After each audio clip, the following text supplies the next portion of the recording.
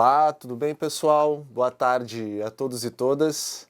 É um prazer estar de volta aqui no Telesaúde conversando com vocês sobre um assunto, enfim, tão importante aí para a população catarinense, sobre a saúde da população catarinense, e que fico feliz de ver as salas cheias e ter bastante gente. Queria agradecer o Telesaúde pela oportunidade de mais uma vez aí a gente poder transmitir aí os assuntos e poder estudar junto com vocês aí sobre esses assuntos das DSTs, hepatites e AIDS. Bom, hoje eu converso com vocês sobre esse tema, que é a epidemia de sífilis em Santa Catarina e o que temos a ver com isso, né? De cara, né, eu já trago para vocês umas fotinhos assim que a gente não se sente muito à vontade. Falar de sífilis é sempre um assunto que remete a gente uma situação de conversa ou, no mínimo, né, da saúde reprodutiva e sexual da nossa população, que não é um assunto que a gente tem costume de abordar nas nossas consultas, ou pelo menos nem sempre a gente se sente à vontade de trazer essa conversa, essa relação com os pacientes. Mas é uma situação importante que a gente tem que conversar, principalmente nesse contexto da epidemia que está acontecendo.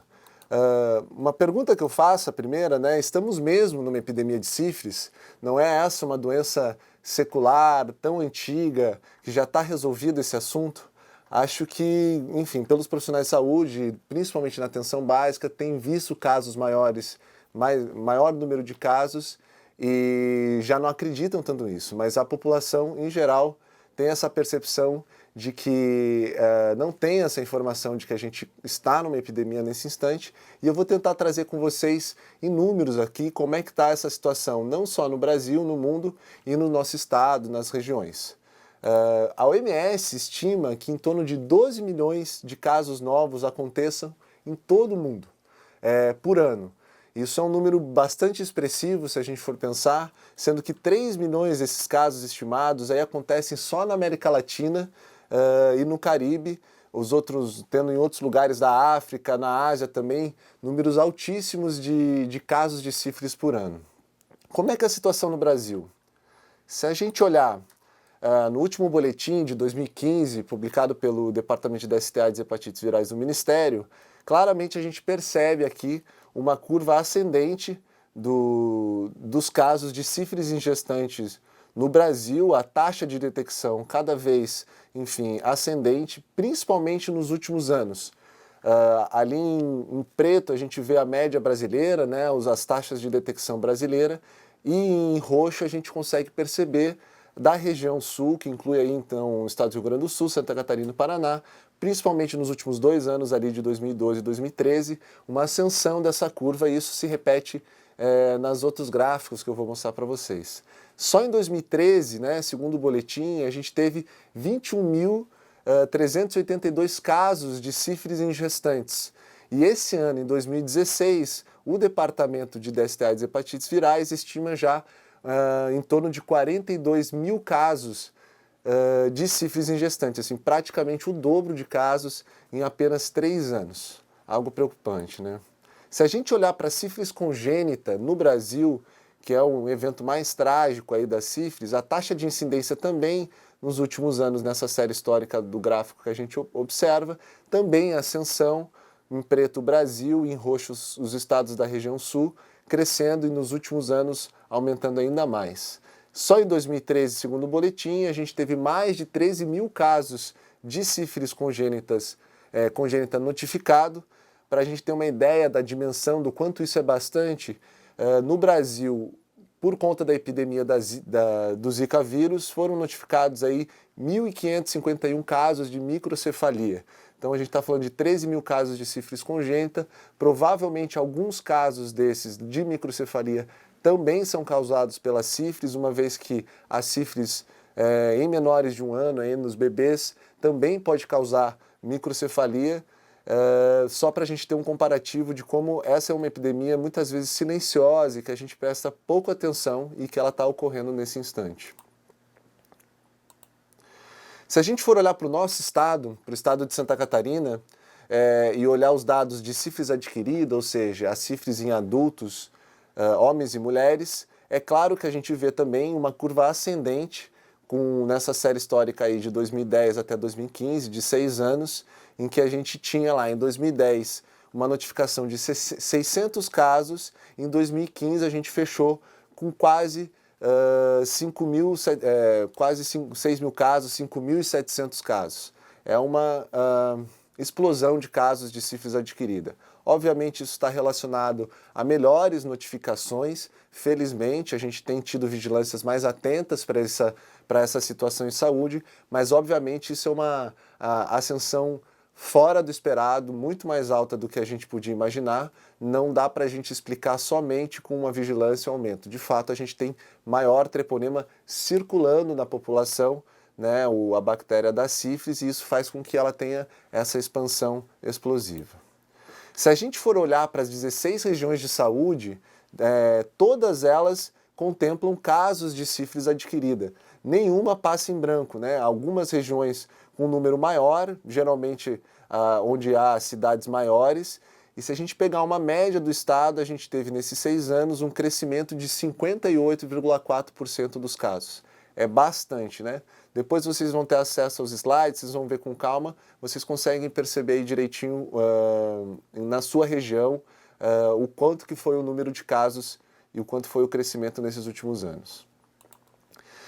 Também falando ainda de sífilis adquirida, esse é um perfil epidemiológico desse mesmo período de 6 anos, para a gente, na verdade, uma distribuição de casos pela faixa etária, e a gente consegue perceber que 55% dos casos está entre a faixa etária dos 15 aos 34 anos, né? Então a população jovem, sexualmente ativa, é uma população que, sem dúvida nenhuma, se beneficia de um rastreamento para as DSTs, não só essa população, mas a gente deve ficar atento, procurar rastrear sempre nessa população.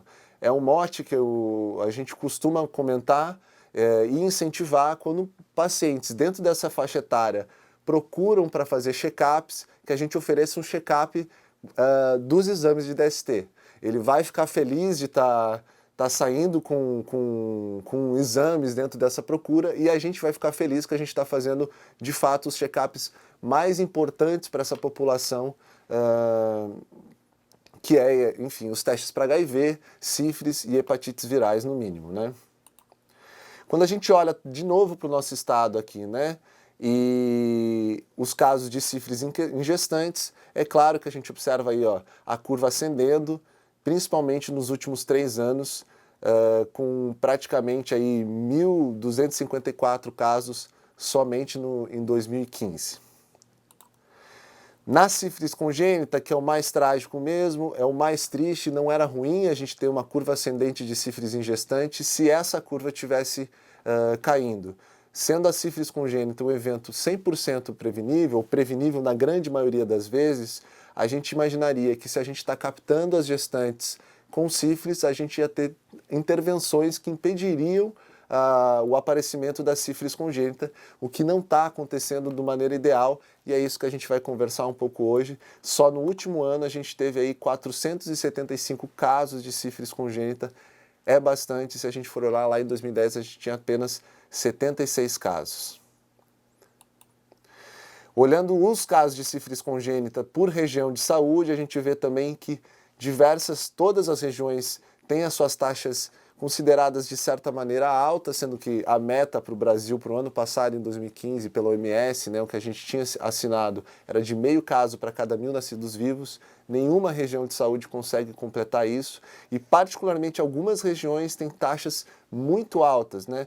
Se a gente for olhar a região do Foz do Rio Itajaí, com 23,22 de taxas, o Nordeste, a Grande Florianópolis, enfim, são regiões com taxas bastante altas que a gente tem que ficar atento com essa população.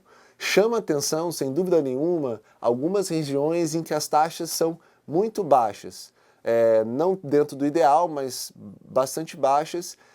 Fica a reflexão de que ou as coisas estão acontecendo muito bem aí, o pré-natal está indo muito bem, a gente está conseguindo fazer a penicilina nos postos de saúde, aplicada em todas as gestantes. Se tudo isso estiver acontecendo, de fato a gente está tendo taxas melhores. Ou por algum motivo as coisas estão tão obscuras e tão silenciosas que a gente não está nem mesmo enxergando a epidemia que está acontecendo nessa região. Bom, fechando os dados aqui, né, então realmente a sífilis congênita nesses últimos anos está tendo um aumento extraordinário, 1.248 casos de sífilis em 6 anos, e infelizmente aí 41 abortos, 58 natimortos, pelas fichas que a gente consegue ver, principalmente nos últimos 2, 3 anos, onde aconteceu a maior parte desses óbitos plenamente evitáveis, né? Coisas que a gente deve olhar e tá atento e ver. Um slide que, infelizmente, eu não me orgulho, né, de apresentar para vocês. O estado de Santa Catarina, segundo o boletim do ano passado, é o terceiro estado com maior aumento de casos de sífilis em gestante. A gente perde, aí, digamos assim, para o Piauí e para Goiás. É um estado com uma ascensão bastante considerável aí em Santa Catarina. E a gente tem uma medalha de ouro nada orgulhosa, que tem com certeza que a gente fazer essa reflexão. É o primeiro estado, dentre todos os estados da federação, com a maior proporção de não tratamento de gestantes. Ou seja, a gente capta as nossas gestantes, a gente faz o diagnóstico, mas em 14% das vezes a gente não trata elas. E isso é realmente algo que provoca, assim, enfim, um grande desconforto em todo mundo que trabalha com isso.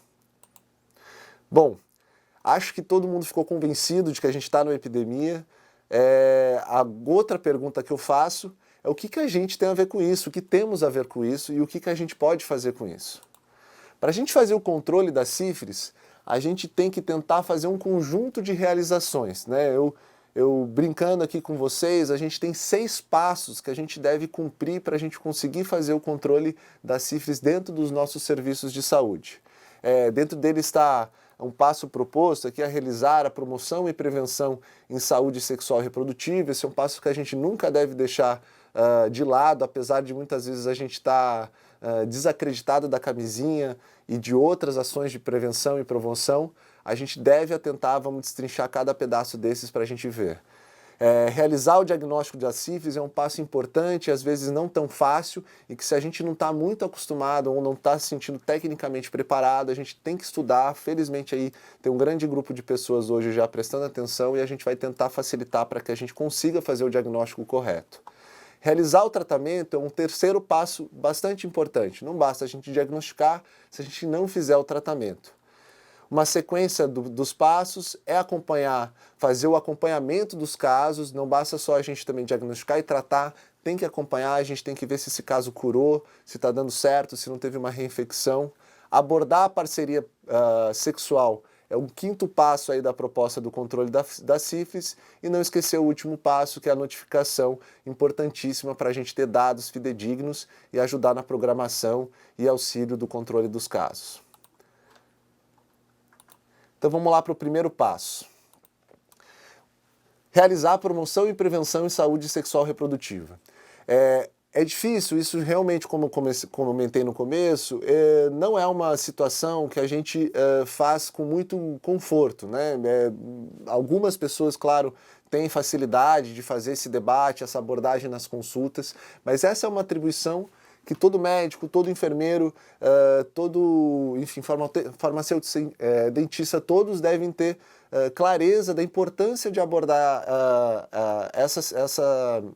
esse tema com os nossos pacientes. Muitas vezes o paciente jovem não entra na consulta com uma queixa exatamente relacionada a isso, mas a gente deve procurar abordar. Dessa forma, a gente vai conseguir trazer informações, os modos de transmissão de ISTs, como se prevenir, métodos contraceptivos, formas de fazer contracepção, formas da gente, principalmente as mulheres, se ela está conseguindo negociar o uso da camisinha, como é que está, enfim, uma série de situações que a gente tem que tentar e buscar acessar o paciente e trazer essas informações da melhor forma que a gente puder. Outra forma importante de promoção, né, que às vezes a gente esquece, é a gente ter um acesso fácil e sigiloso à camisinha. Não dá para a gente guardar a camisinha na sala da coordenação da unidade de saúde, né? Uma dica que sempre a gente dá é tentar colocar essa camisinha no banheiro, o paciente consegue passar lá, pegar, sem muita gente olhando, e de certa forma a gente está fornecendo esse insumo para a população, que é o mínimo que a gente pode fazer para conseguir com que ele use a camisinha e se proteja de várias e diversas DSTs. Outras formas que a gente pode pensar na promoção e prevenção é a abordagem em sala de espera, trazer essas informações de que a gente está numa epidemia, as formas de contágio, e não só da sífilis, mas de outras DSTs, é um momento muito oportuno para a gente fazer educação em saúde. Outras ações extramuros são importantes, como campanhas, nos lugares onde a gente também tem o programa de saúde nas escolas, que a gente consegue atingir. As crianças e adolescentes têm iniciado a vida sexual muito precocemente, às vezes com 13, 12 anos, e esse é um momento da gente trazer informações e trazer, enfim, como que se usa uma camisinha, como que a gente protege, quais são as formas da gente se cuidar e ter a habilidade de cuidar da nossa própria saúde. Enfim, outras ações, né, diversas, procurar os programas municipais de DST, AIDS, hepatites virais, ver se eles têm material, ver se eles têm ideia, tentar fazer essa parceria. Isso aí, a atenção primária, a atenção básica, tem extremo know-how de como fazer diversas ações de educação em saúde, e esse é um ponto importantíssimo para a gente caminhar. Eu pergunto, né, quem tem a ver com esse passo, né? Quem é, brincando com a pergunta da nossa aula, o que temos a ver com isso, quem é responsável pela essa promoção e prevenção em saúde sexual e reprodutiva? Eu acredito que todos, desde a recepção até o coordenador da unidade, todo mundo é responsável por esse pedaço. Esse é um passo em que todo mundo deve procurar se informar e trabalhar em cima disso. Mas para a gente fazer isso, a gente deve, enfim, ter segurança das informações, entender o que é a sífilis e as outras STs. Hoje é a sífilis, e eu vou contar um pouquinho para vocês para a gente ter clareza dela, né? Então a sífilis é causada por esse agente etiológico, treponema pálido, que é uma espiroqueta. Aqui a gente tem uma foto de microscopia eletrônica dele para a gente ver. Ela é conhecida desde o final do século XV, provavelmente há mais tempo, mas a primeira descrição dela é dessa época, e ela é conhecida como uma grande impostora ou simuladora. Por quê? Porque ela tem uma gama de manifestações clínicas que vão desde situações assintomáticas, que a gente só descobre pelo exame, até condições que simulam uma série de outras doenças, entram no diagnóstico diferencial de uma série de outras doenças. Então é importantíssimo a gente estar atento, saber que ela pode ter todas essas manifestações. E como que ela transmite, né? Sem dúvida nenhuma, a transmissão sexual é a forma principal de transmissão da sífilis. Ela acontece quando a gente tem toque, beijo, enfim, em lesões ativas, seja ela nos lábios, na cavidade oral, nos seios, nas genitálias. Ela é uma doença de alta infectividade, 15% a 30%, e nas fases iniciais ainda mais, 60%. Comparado ao HIV, que é uma coisa que as pessoas, enfim, têm bastante medo, a sífilis tem pelo menos aí 100 vezes mais chance da gente se infectar numa mesma relação. Uma informação que muita gente não sabe, é importante o profissional informar, é que pelo sexo oral, que é uma das situações em que poucas pessoas usam a camisinha, o paciente até fala às vezes que usa em todas as relações, mas quando você questiona se no sexo oral ele faz uso da camisinha, ele vai dizer que não, e essa é uma das formas importantes de transmissão da sífilis sexual. Ela também pode acontecer, como a gente sabe, por uma transmissão vertical, a sífilis congênita, que geralmente é durante a gravidez, é a transplacentária, e em casos, enfim, mais raros, durante o canal do parto. Em situações ainda mais raras mesmo, né, por forma de transfusão de sangue ou hemoderivados, isso, enfim, tem uma grande vigilância em cima dos bancos de sangue, isso tem sido cada vez menos descrito, e eventualmente pode acontecer por uma inoculação acidental, com manuseio de material infectado, por um acidente com material biológico, existe a possibilidade da gente ter. Mas a grande maioria das vezes é a transmissão sexual. Bom, a segunda etapa importante, né, desse enfrentamento da sífilis, do controle, é a gente realizar o diagnóstico da sífilis, né? E para a gente realizar diagnóstico, a gente tem que estar suspeitando o tempo todo. Se a gente não pensa que existe a possibilidade daquele quadro alérgico que está na frente da gente ser uma sífilis, a gente vai deixar passar e a gente não vai fazer o diagnóstico. Um outro ponto depois da gente suspeitar é que a gente precisa saber solicitar os testes. Quais são os testes adequados para aquele momento, como que a gente vai fazer essa solicitação. Saber executar o teste, no caso o teste rápido, que é os testes que estão mais divulgados durante que estão, enfim, mais presentes na realidade agora, nos últimos anos, nos centros de saúde, saber executar, tem treinamentos do Telelab, treinamentos promovidos pelas vigilâncias epidemiológicas locais também, para a gente saber executar e ter esse teste em mãos.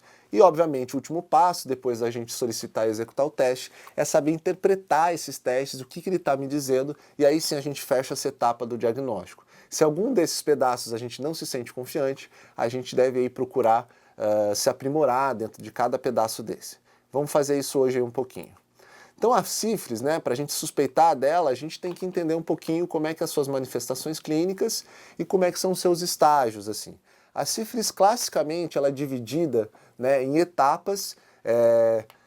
A sífilis primária, quando logo nas primeiras fases, né, da infecção, depois ela passa por uma fase secundária, depois ela tem uma fase que a gente chama de latente recente, são as fases que a gente fecha na sífilis recente, são as sífilis que acontecem no primeiro ano após a infecção, e depois, após o primeiro ano, a gente tem uma divisão cronológica das sífilis tardias, né, que é a sífilis latente tardia, e anos após a sífilis terciária. Essa classificação é particularmente importante para a gente tomar a decisão do tratamento, né? Mas lembrando que a sífilis é um contínuo de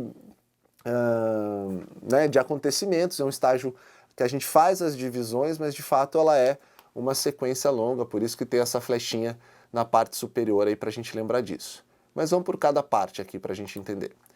Então a sífilis primária, ela acontece geralmente após exposição, passa por uma fase de incubação que gira em torno, em média, aí, de 21 dias, podendo variar de 3 até 3 meses, e nessa fase vai aparecer uma lesão da sífilis primária chamada de cancro duro. Associado a esse cancro duro, eventualmente, a gente pode ter uma adenopatia regional, mostrando, enfim, né, simulando, faz parte da clínica da sífilis primária. Como é que é essa lesão, né? Então é uma lesão ulcerada, de fundo limpo, indolor e com bordas bem delimitadas, regular, endurado, enfim, é uma lesão, vou lembrar para vocês, né, uma coisa que às vezes a gente esquece, mas é uma característica importante, é uma lesão muitas vezes que não dói, ela não sente dor, a não ser que tenha alguma infecção secundária associada ou tenha alguma outra DST, mas é uma lesão classicamente dessa forma. Ela não é percebida em até 15 a 30% dos pacientes. Como é uma lesão que some depois de 4 a 6 semanas, não é incomum o paciente ter essa lesão, ter vergonha, não querer, enfim, procurar o serviço de saúde e ela sumir e a gente perder esse momento de observar essa lesão, e isso acontece algumas vezes, em 30% dos casos. Mas ela é uma lesão altamente infectante, né? Onde ocorreu a inoculação de fato do treponema, e é ali que ele tem, enfim, grandes chances de transmitir. Essa lesão, ela dá uma mudada de cara quando a gente faz uso de antibiótico terapia, né, por algum outro motivo, uma dor de garganta ou alguma outra situação que a gente tenha precisado usar antibióticos, ou se a gente teve sífilis prévia no passado, pode alterar essa cara dessa lesão ulcerada bonitinha, nem tão bonitinha. Depois da sífilis primária, a gente vai ter um outro período, um período de incubação secundário, que acontece mais ou menos 4 a 10 semanas depois do desaparecimento do cancro duro, que é as manifestações mais sistêmicas da sífilis, né? A gente chama de sífilis secundária, onde a gente vai perceber artralgia, febre, cefaleia, eventualmente um racho, um exantema, algo semelhante a uma alergia que não é alergia, a poliadenipatia regional, perda de cabelo, alopécia e eventualmente até o condiloma plano. Vamos mostrar um pouquinho de todas essas lesões, ou pelo menos as principais que a sífilis pode provocar. Aqui é um cenário de todas elas, são lesões, enfim, sempre características, né, não patognomônicas, não próprias, mas que sugerem que a gente deve ficar atento para a sífilis. Uma delas é a sifilite palmo-plantar, é uma presença dessas manchas em palmas e plantas dos pés, das mãos e dos pés, e que não é incomum os pacientes aparecerem com essas lesões e questionarem, né, que se trata de uma alergia. Poucas coisas acometem palmas e plantas dos pés, então, por vezes, quando a gente encontrar essas lesões no paciente, o paciente se queixar dessas situações, ou a gente observar no exame físico, a gente deve suspeitar. Nas imagens aí, a gente vê uma situação mais disseminada, mas eventualmente a gente vai enxergar uma ou duas, não é impossível a gente ver poucas lesões, e isso deve a gente ficar atento para que possa ser sífilis e a gente procurar fazer o diagnóstico. Se a gente tiver um teste rápido ali na unidade, a gente consegue muitas vezes fechar já rapidinho. Outra situação é perda de cabelo, não é incomum que a alopecia específica, né, perda de cabelo localizada ou mais difusa, não é incomum que alguns pacientes procurem a unidade com essa queixa, e a gente deve pensar que pode ser sífilis e realizar a testagem fazer a sorologia para isso, pode a gente elucidar em vez da gente estar buscando um outro diagnóstico para essa situação de saúde. Outro fato comum, e é bastante comum no secundarismo, né, da sífilis, é o rache generalizado, a famosa rosela, eventualmente o xantema, que são lesões macropapulares. O paciente sempre, é comum o paciente se queixar como se fosse uma alergia. O profissional de saúde, enfim, prescreve ali, né, os antihistamínicos, a loratadina, e não melhora com nada com desses remédios. E após algumas semanas essas lesões somem, meio sem sentido. A gente pensar, não é incomum no meu ambulatório, né, lembrar quando faço o diagnóstico de sífilis lá, perguntar se o paciente lembra de alguma alergia que ele tinha que ele curou espontaneamente, e geralmente ele lembra dessas situações em que ele teve essas alergias. Então, alergias em geral é importante a gente fazer essa testagem, pensar que possa ser sífilis, principalmente essas mais generalizadas. Outra lesão característica do secundarismo é a lesão da placa mucosa. Isso aqui é para, enfim, quem geralmente faz horoscopia, e principalmente os dentistas, podem encontrar lesões disso, e ele deve estar atento para a possibilidade de ser uma sífilis e, enfim, discutir com a equipe, procurar pedir os testes para a gente tentar fazer o diagnóstico. Depois dessa fase sintomática, com essa série de sintomas bem floridos, a sífilis some, essas lesões somem, e a gente vai para uma fase assintomática, que é a sífilis latente. Nessa fase, né, sem sintomas, a gente vai fazer o diagnóstico exclusivamente por testes sorológicos. O paciente não tem sintomas, então a gente vai precisar fazer os testes, e felizmente os testes nessa fase, eles têm uma sensibilidade muito boa para a gente fazer o diagnóstico. A gente chama ela, né, de latente recente se a gente sabe que ela aconteceu com menos de 1 ano de infecção, ou tardia se ela aconteceu com mais de 1 ano de infecção. Entretanto, não é incomum a gente não saber a data da infecção, né, e a gente chamar de duração ignorada. E isso vai ser importante também para a gente tomar a decisão do tratamento. Durante o primeiro ano, não é impossível que aconteça retomadas das lesões de secundarismo. Às vezes os pacientes têm aquelas lesões, um rache generalizado, ou uma sifilite palmar plantar, e ela some e ela reaparece no primeiro ano. Isso é comum de acontecer, né? Apesar de estar uma fase mais para frente.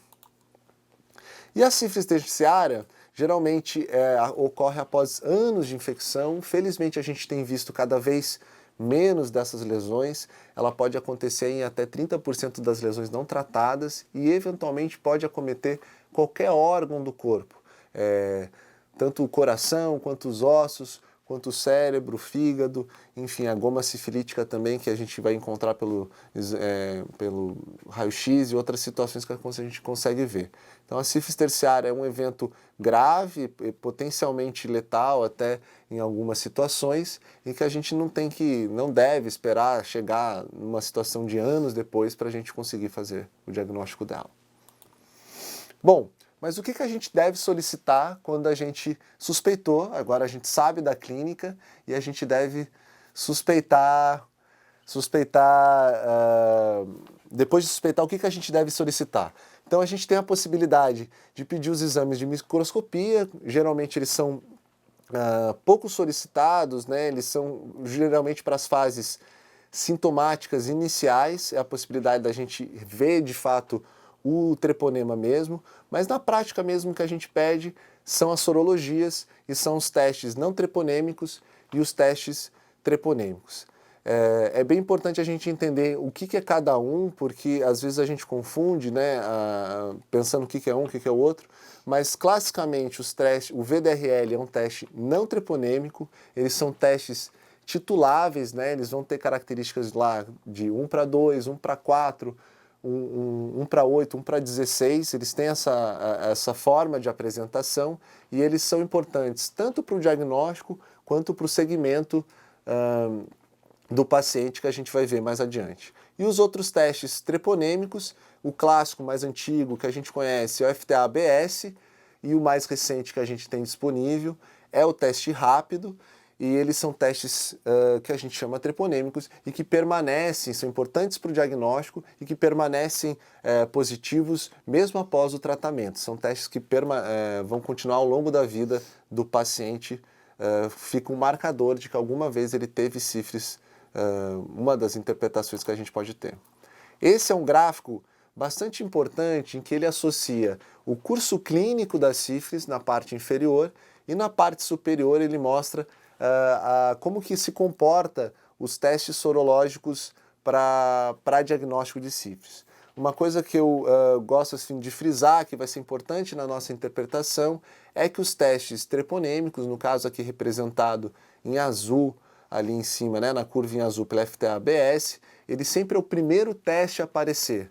Mesmo no período ainda de incubação, ele tem chance de estar positivo, e ele é importante a gente ter essa informação de que ele é o primeiro teste, ele parece antes mesmo do VDRL. E logo após vem o VDRL e cada um aí com as suas fases. Mas como que a gente interpreta essa situação, né?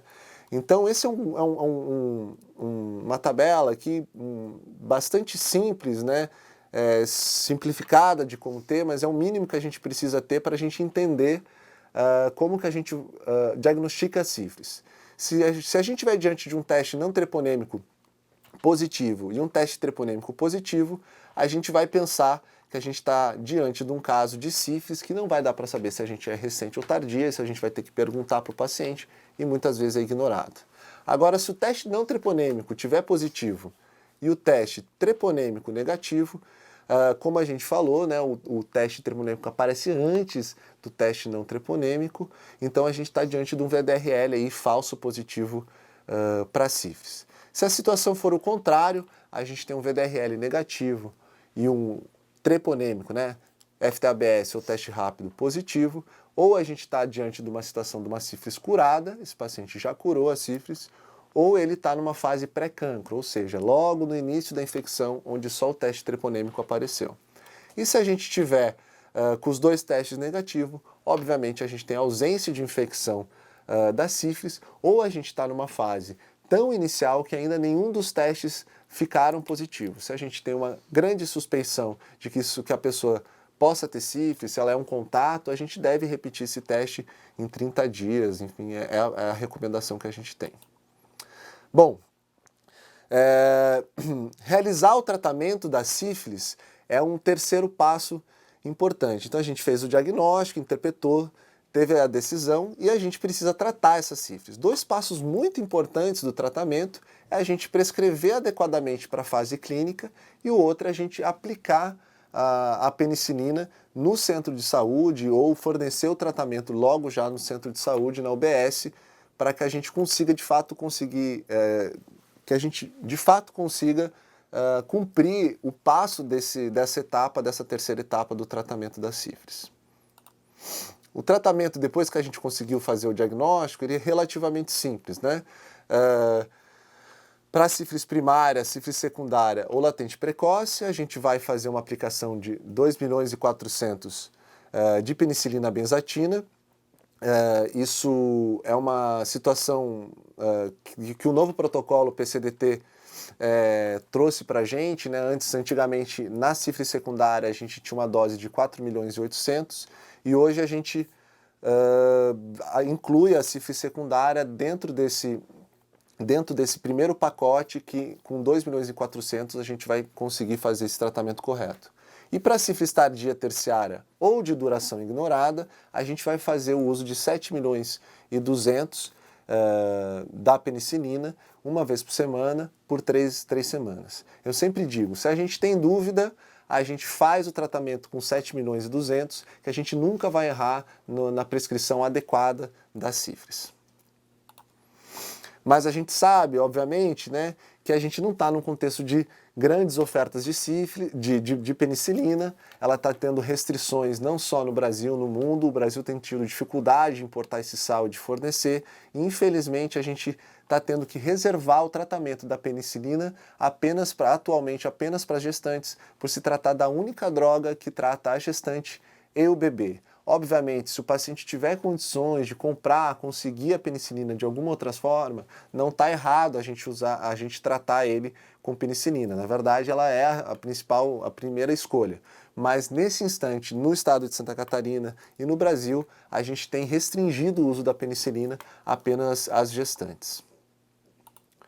O tratamento, então, alternativo dentro da restrição do uso da penicilina é o uso da doxaciclina uma vez de 12 em 12 horas por 15 dias nas fases iniciais, menores quando na sífilis recente, com menos de 1 ano, e na sífilis tardia ou de duração ignorada, a gente vai usar aí a doxaciclina por 30 dias. A ceftriaxona também é uma opção, o tempo de tratamento é o mesmo nas duas fases, mas a gente tem usado de fato a doxaciclina com maior frequência para os casos de sífilis adquirida e não gestantes. Lembrar de não administrar a doxaciclina para gestante, ela é potencialmente teratogênica e isso a gente deve, o tratamento da gestante é realizado com penicilina, é isso que a gente deve buscar. Lembrar que no portal do Telesaúde tem uma webconferência sobre o manejo da sífilis na atenção básica, ministrada pelo colega e mentor aí, o Dr. Eduardo de Oliveira Campos. Vale a pena, põe na pauta, não deixe de usar, ele aprofunda bem mais os assuntos que aqui eu tive que passar com um pouquinho mais de pressa e ele vai ter um detalhamento mais claro aí dessas situações. Outro lugar que a gente pode procurar também é o protocolo clínico de diretrizes terapêuticas para DSTs, disponível no site aí do Ministério da Saúde. Bom, aplicar o tratamento na UBS, né? Isso, sem dúvida nenhuma, é um grande drama e a gente deve ter clareza. Vou trazer 3 informações, né, que a incidência de reações adversas graves à penicilina é muito baixa.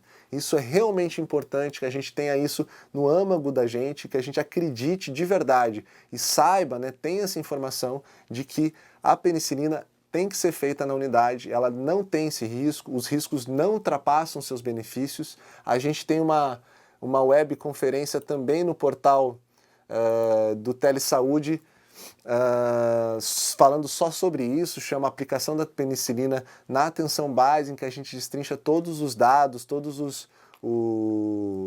as bases científicas dessa situação que a gente deve ter muita firmeza e clareza para fazer. Uma reação que acontece, que não é alergia, é essa reação de Herash-Harheimer. Ela acontece muito frequentemente, em 85% dos casos, ela é autolimitada. Muitos pacientes acreditam que isso se trata da tal da alergia, mas de fato ela não é exatamente uma alergia, ela é uma reação benigna da quebra do treponema e dessa circulação e dessa reação inflamatória que provocada por essa circulação do treponema. Não deve ser encarado como uma alergia e a gente deve tratar com sintomáticos, uma dipirona ou, enfim, um paracetamol que for mais fácil, mas a gente deve informar que isso deve acontecer para o paciente. Bom, não tratar com penicilina na UBS é tomar uma decisão se a gente quer um mundo com sífilis congênita ou um mundo sem sífilis congênita.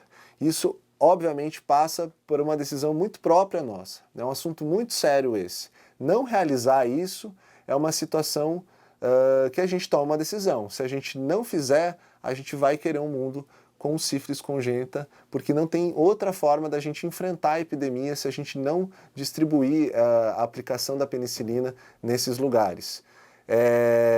Eu gosto sempre de lembrar que existe uma série de mecanismos jurídicos e administrativos que protege o profissional dele fazer a penicilina, mas não tem nenhum desses mecanismos jurídicos e administrativos para o profissional que não realiza a penicilina, né? E obviamente, de certa maneira, é responsável pelo caso da sífilis congênita. Enfim, comentei da web já. E o quarto passo aí é a gente realizar o acompanhamento, que é importante.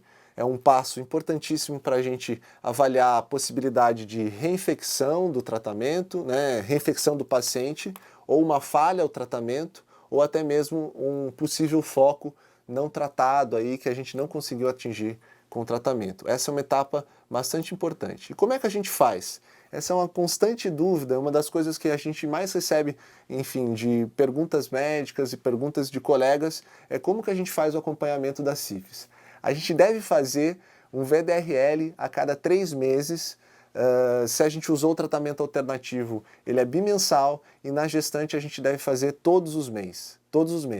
A gente espera uma queda de 2 títulos nos primeiros 3 meses e de 3 títulos nos primeiros 6 meses. Ou seja, se a gente tem o título inicial 1/32, a gente espera que a gente tenha uma queda nesse exame que a gente pedir com 3 meses, 1/8, e no próximo exame que a gente pediu em 6 meses, 1/4.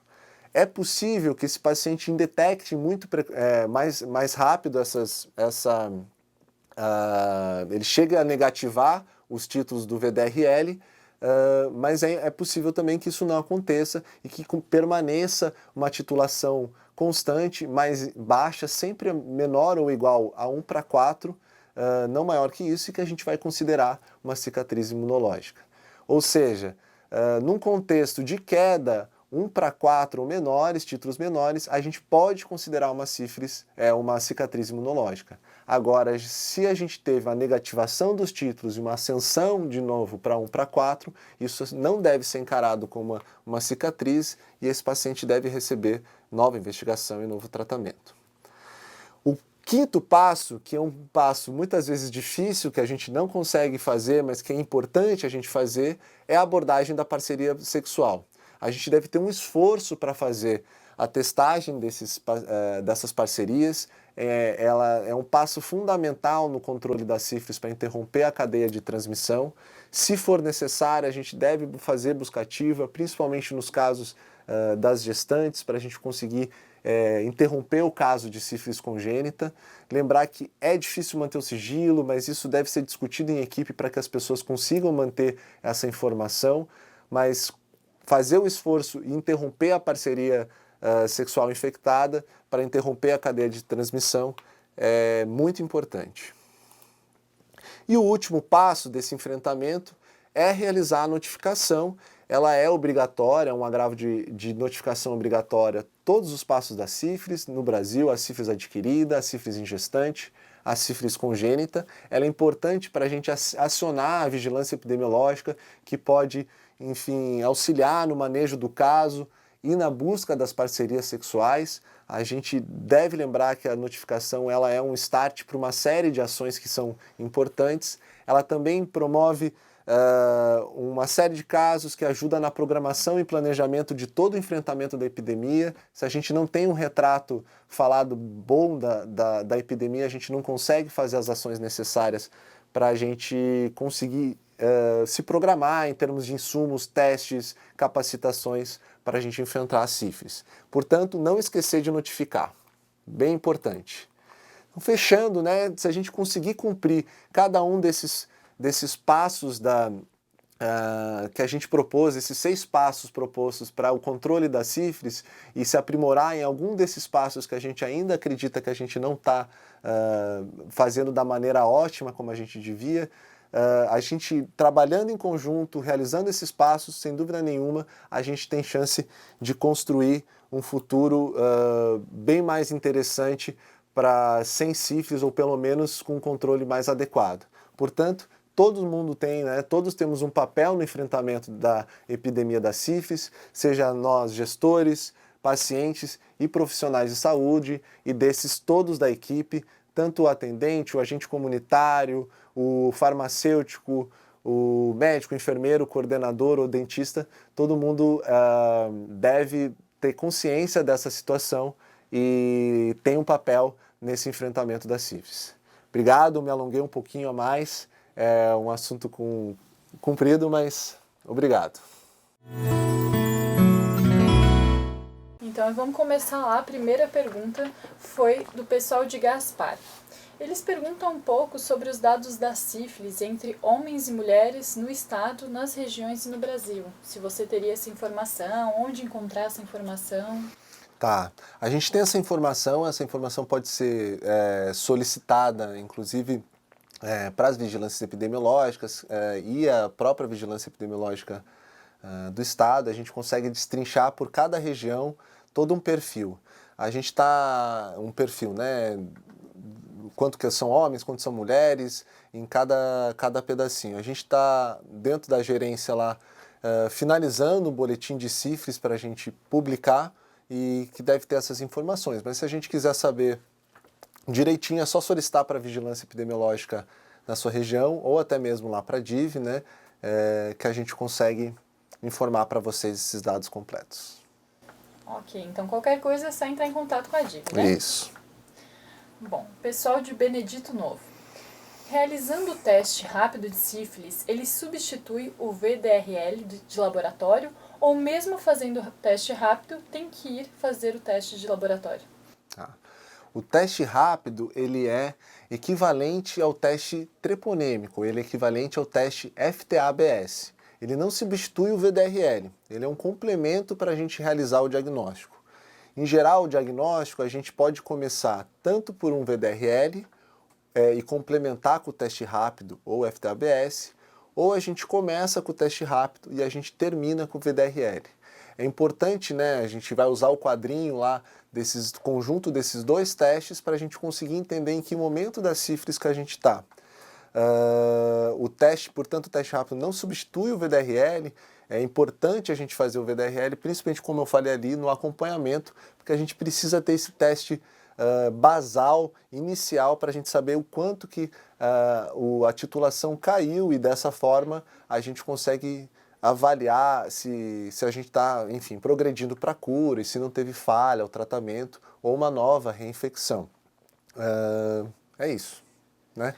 Um detalhe importante, no caso das gestantes, a gente é um pouco menos criterioso com a necessidade da realização dos dois testes, justamente porque se trata de uma situação de maior importância, em que a gente tem um menor número, menor tempo para a gente esperar o resultado desses testes. Então a gente, em geral, diante de um teste positivo, a gente trata a gestante, realiza o teste sequencial, mas um teste está autorizado já para a gente realizar o tratamento.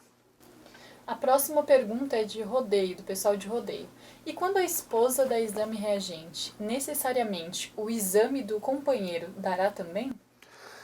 Não necessariamente, né? A gente sabe que eventualmente ele pode não dar, mas como a gente comentou lá, a transmissão da sífilis ela é altamente infectante, então não é incomum que quando a gente encontra o exame positivo na mulher, a gente vai ter no parceiro, né, no homem, ou vice-versa, ou as outras formas de relação. Então é muito provável que a gente tenha, mas é possível que não tenha. Também é possível que quando o teste do parceiro, né, seja ele, enfim, homem, mulher, esteja divergente do paciente, é importante a gente realizar uma nova pesquisa aí em 30 dias, porque é possível que o parceiro esteja na janela imunológica e ainda esses testes não estejam positivos. O pessoal de Itapema, de Meia Praia, pergunta: quando assintomático, sem lesão, é transmissível também? Boa pergunta. Sim, é transmissível. É claro que nas fases sintomáticas, a infectividade é maior. Mas na fase latente, ela é sim bastante transmissível e essa é uma das principais buscas que a gente deve ter, procurar fazer essa testagem, principalmente na população jovem, sexualmente ativa, nesse contexto de epidemia, uma vez que é a única forma que a gente tem de conseguir fazer o diagnóstico. E ela transmite, aí tem uma infectividade menor do que na fase sintomática, mas é bastante infectante. O pessoal de Itajaí pergunta se o paciente pode ter tido contato com a doença e não estar doente. Eles dão um exemplo, né? O VDRL não reagente, o FTA-ABS IgG reagente e FTA-ABS IgM reagente, o VDLR quantitativo deu 1,5 e esse paciente nunca foi tratado. Nessa situação, como seria? Tá joia. Então, pelo que eu entendi, é um FTA-ABS positivo, né? Essa divisão de IgM e IgG na sífilis, a gente sempre dá uma olhada para o FTA-ABS de uma maneira como um anticorpo total, né? Então, FTA-ABS positivo e o VDRL de meio, né? Então, esse paciente pode não apresentar, dizer, não lembrar de nenhuma situação sintomática, mas ele tem sífilis. É um caso clássico aí de sífilis latente que a gente tem indicação de tratamento. Como a gente comentou, não é impossível que o paciente não perceba a lesão e mesmo assim ele esteja doente. Eles estão me corrigindo, eles disseram que o IgM não reagente. O IgM não reagente. Jóia, então essa é uma pergunta melhor ainda, né?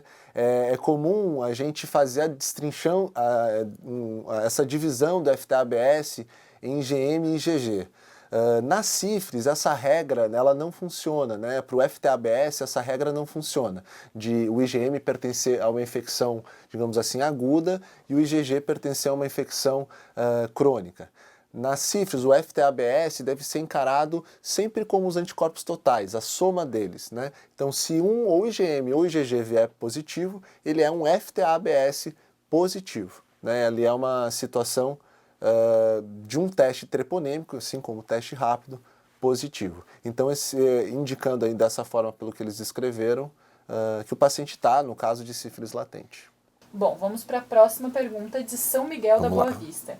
Um paciente reagente, após tratamento, quanto tempo a titulação deste paciente permanece reagente? Tá. Então, olhando para o reagente, a gente está pensando, né? Se a gente está pensando em títulos, é o VDRL, os testes não treponêmicos. Então, a gente espera justamente a queda, como eu comentei ali. Foi um pouquinho rápido, mas depois vocês podem olhar com calma, né?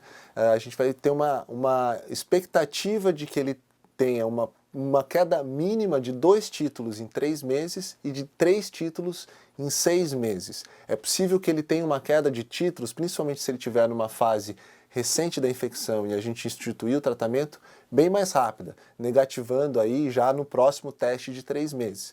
Depende muito do quanto que foi essa titulação inicial. Se a gente estava diante lá de uma titulação alta, lá 1 para 128, 1 para 256, é provável que essa titulação demore mais tempo para ela negativar.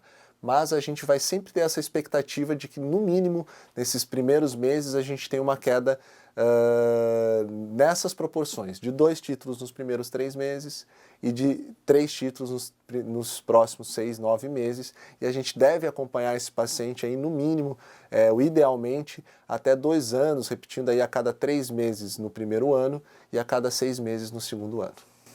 Pessoal de Navegantes também com uma pergunta bem interessante. Se em qualquer idade aparecem os sintomas e se eles são iguais em qualquer idade. Tá. Obviamente, né, a sífilis congênita, em menores de 1 ano até 2 anos, ela tem características muito diferentes, porque se trata de uma sífilis de transmissão vertical, muito mais complexas, né, com lesões ósseas, lesões pulmonares, lesões dermatológicas, às vezes retardo de aprendizado, até mesmo perda auditiva. Mas quando a gente está falando já aí de crianças mais velhinhas, né, que digamos assim, que a gente teve por relação sexual a transmissão, os sintomas são parecidos em todas as idades, né? Passa por aquela fase do cancro duro, às vezes não perceptiva, e aí sim some esse cancro duro e o aparecimento de todas essas possibilidades de lesões aí da sífilis secundária. Bom, a próxima pergunta é de Arvoredo. Como tratar com a falta de benzetacil, principalmente gestantes? Joia. Na gestante, a gente vai procurar a penicilina, né? Felizmente, até então não há nenhum, enfim, pelo menos não chegou ao nosso conhecimento que tenha faltado especificamente para gestantes a penicilina. Se isso acontecer em algum lugar, tem que acionar a vigilância epidemiológica, que ela tenha umas condições da gente fazer um remanejamento da penicilina benzatina para a gestante. Gestante, a gente não vai buscar praticamente nenhum outro tratamento. A gente vai usar a penicilina benzatina como principal tratamento. Se ela for alérgica, a gente vai procurar fazer dessensibilização para a gente conseguir aplicar a penicilina. Em casos muito raros, né, muito específicos, existe a chance de utilizar a ceftriaxona, já que a gente não pode usar a doxaciclina, lembrando que a gente não vai estar tratando o bebê de maneira adequada e esse bebê vai ser um caso de sífilis congênita e potencialmente, inclusive com lesões, uma vez que a gente não tem garantia de que o tratamento não penicinínico, né, sem penicilina em gestantes, trate também o bebê. Ótimo, vamos para a próxima pergunta. O pessoal de Balneário Pissarras, do Posto de Saúde Central, pergunta por que a penicilina está tendo restrições para compra e importação. Joia, eu tive, enfim, pouco tempo para a gente conversar. Nessa outra teleweb, da aplicação da penicilina na atenção básica, a gente destrincha mais, mas basicamente há uma dificuldade de produção do sal mundial. O fato bem claro é que a penicilina trata-se de um medicamento, né, tão barato que pouca gente tem interesse em produzir, então são poucos os lugares que produzem esse sal e, portanto, a gente tem restrição de fornecimento do produto base, que é importante para a gente construção das ampolas de penicilina. Então, a gente está tendo restrições por, obviamente, um crescimento do número de casos e um aumento da demanda e também por conta desse fornecimento desse sal, porque é tão barato que poucas pessoas querem produzir. O pessoal de Lauro Miller está perguntando se na UBS, não tendo suporte para choque anafilático por medicamento, é aconselhável a aplicação de penicilina? Bem legal. Nessa mesma teleweb aí a gente conversa sobre a aplicação da penicilina na atenção básica, o risco do choque anafilático, e mesmo não tendo esse suporte, né, digamos assim, aí a gente tem que entender o que é suporte. Eu acho que eu estou entendendo que o pessoal está querendo dizer carrinho de parada e essas situações. Já tem uma série de recomendações e clareza na literatura científica de que a gente não deve ter essa preocupação, né? O choque anafilático na sífilis, na aplicação da penicilina, ele é muito, muito, muito raro mesmo, muito mais raro do que vários outros medicamentos que a gente usa comumente na atenção básica, como a anti-inflamatórios. E antes de ter, na verdade, um carrinho, a gente tem algumas outras situações que a gente deve fazer antes do choque anafilático. Se a gente de fato estiver diante de um choque anafilático, a gente deve fazer o uso da adrenalina, não é direto o carrinho de parada, a gente pode fazer isso, adrenalina é alguma coisa que a gente tem disponível nas unidades de saúde, a gente vai usar lá meio ml intramuscular a cada 15 minutos e vai dar bastante tempo de chamar, mesmo em regiões distantes, porque a gente pode ir repetindo essas doses e geralmente nas primeiras doses a gente reverte o choque anafilático. Lembrando que a unidade de saúde recebe raramente também choques anafiláticos por outras questões, assim, enfim, picadas de cobra ou outras situações, e não é só por causa disso que a gente deixa de atender, né? Então, dá uma olhada lá nessa web que ela está bem destrinchadinha para a gente aprender. A gente já vai botar a web aí para vocês. O pessoal de São José está perguntando se ao fazer o teste rápido na gestante, com histórico de sífilis tratada, o exame dará positivo. Deve-se realizar o tratamento mesmo assim? Joia, essa é uma pergunta muito boa. Como a gente comentou, o teste rápido, sendo um teste treponêmico, ele vai permanecer positivo. Se a gente aí é um caso que a gente deve, obviamente, individualizar.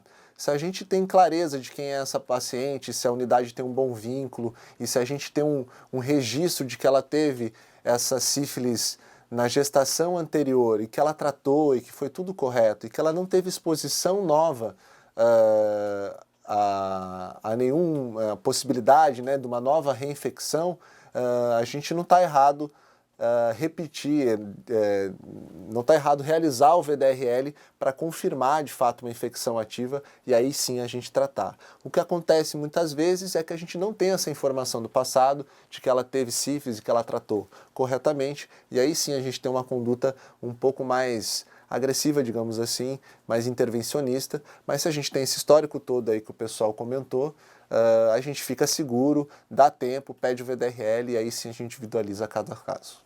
O pessoal de Arvoredo comenta que você já respondeu durante a palestra, porém se a gestante for alérgica ou na falta de benzetacil, o que fazer? Tá. Se ela for alérgica, a gente deve procurar fazer a dessensibilização para que a gente consiga aplicar a penicilina. Não é tão complicado a gente fazer essas dessensibilizações, são situações, enfim, embora incomuns, não é complexas, em que a gente vai dando pequenas doses de uma outra penicilina para que tem alguns protocolos aí que a gente pode seguir, tem algumas formas da gente fazer essa dessensibilização e aí sim a gente fazer. Obviamente isso deve ser então em ambiente hospitalar, com certo suporte, mas o que acontece muitas vezes é que a gestante se diz alérgica à penicilina e ela não é alérgica à penicilina. Então, lembrando que se a gente não usar essa medicação para ela, a gente vai estar condenando a criança a nascer um caso já de sífilis congênita e com potencialidade de ter grande prejuízo para a saúde deles. Bom, o pessoal de Papanduva está perguntando se a unidade realiza o VDRL mais o teste rápido, precisa enviar o exame ao LACEN para confirmação ou já podemos notificar?